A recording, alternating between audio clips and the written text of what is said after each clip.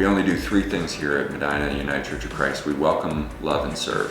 To welcome folks, every neighbor, to love them, and loving often includes listening, and to serve them in our community. And we often serve by learning and then doing with intention. And I think this congregation has shown that time and time again, and I'm really inspired by them, and it reflects in our physical space. So the church is 203 years old. We've been in this building since 1880, and 1880 was not the most accessible time by any stretch of the imagination. And since then, over the course of the congregational history, they've put in a lot of ramps that are built in, especially in our hobby horse and our Christian education wings. And they realized, like, when we came in what we've called our north entrance, there was just a set of stairs. And as the congregation is realizing this, once they know better, they do better. In 2014, 2015, they added on a north space, which includes an elevator that is accessible. It's a zero entry entrance there with doors that you press a button and they both open for a time as our population ages, and as we get folks who have mobility issues in our disabled community come in, we wanted to be accessible. During the pandemic, we were looking for ways to grow that accessibility and think about our space when people weren't in it. And so we have found this designation called Accessible to All through our denominational staff and headquarters. And it's called A2A for short, and it involves a building audit. So we had a group headed by Hannah Magrum, who herself is part of the disabled community, and as is members of her family. And they came through with an audit with others and just kind of checked off, like, okay, do we have hand railings here? How low are the controls for the elevator? Is there space in our pews? And just going through, is the chancel, which is in our sanctuary, is that accessible? And then just minor things of, like, having our handles be the lever action handles versus the round knobs. Another one would be like if it's not an electronic opener, to have like a pole for either service dog or someone in a wheelchair to help. And I love that when you were doing adaptations to the church, that you brought somebody in that uses a wheelchair, because what we think is accessible may not be accessible. Totally. It takes other eyes and our neighbors' eyes to help us adjust in our space, and this place has been really intentional through the ages about making our assumptions and learning and adjusting.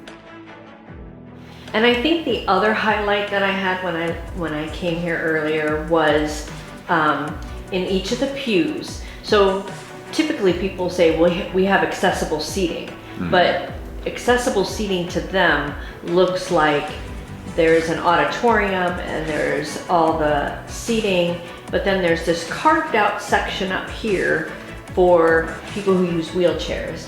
And to me, that's not inclusive, because they're sitting with strangers. They're not sitting with their family. You have the ability to have accessibility at the end of certain pews so that they can sit with their family. We do, yeah. So there's 2 areas, or 3 areas that folks in wheelchairs can sit with their friends and family.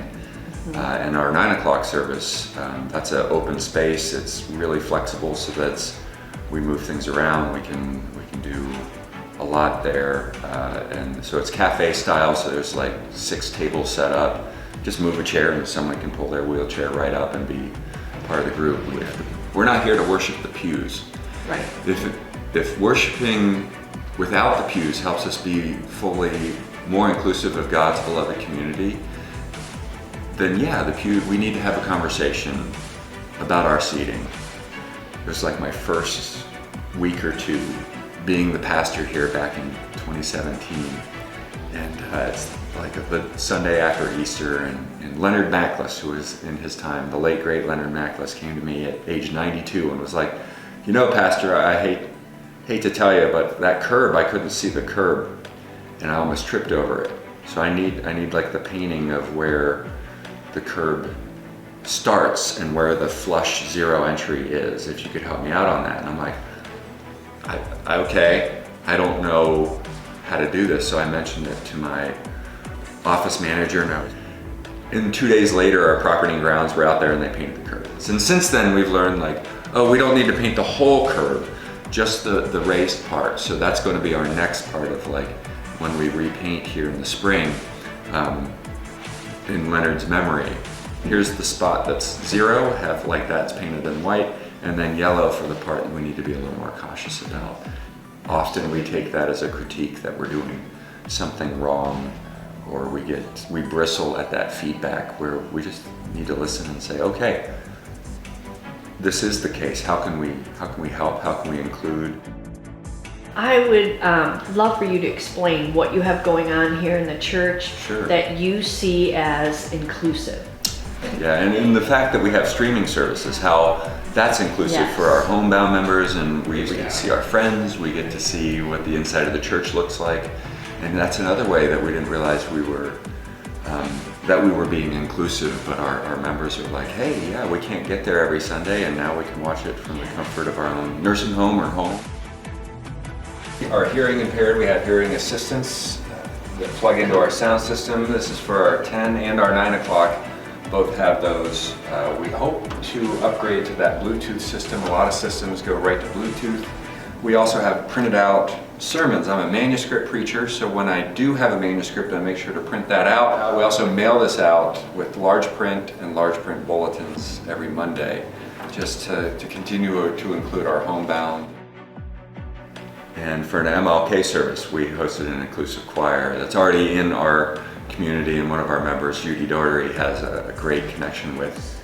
You had told me once that parishioners make fidget blankets. Like, we're human and we fidget, and some of us have to take notes, some of us have to doodle, some of us want to stand up and walk around because we're physically not able to sit for those extended periods of time.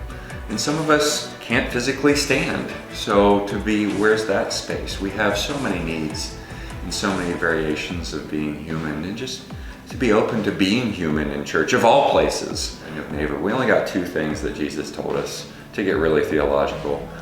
To love God, or something bigger than ourselves, and our neighbor as ourselves. That's it. That's all we're called to do, so let's do that. It's as easy as, what do you need? Oh, okay, cool, we can work on that. That's wonderful. If a fidget blanket helps, awesome. So when I come to your church, Yes. I notice it from the very beginning, all the things that you have done. No, not perfect by any means, but I think just being in that space of just listening and being open to feedback, I think goes a long way. Because we all have blinders, we all have spots that we're just not aware of. And when someone comes with, hey, have you considered, to revisit and not just run back to this chapter or verse to exclude, or to say this is why we've always done it that way. To hold our tradition lightly. Yes, this is how we've done it. This is what it's meant. This is what's gotten us this far. But I think our tradition is inclusion.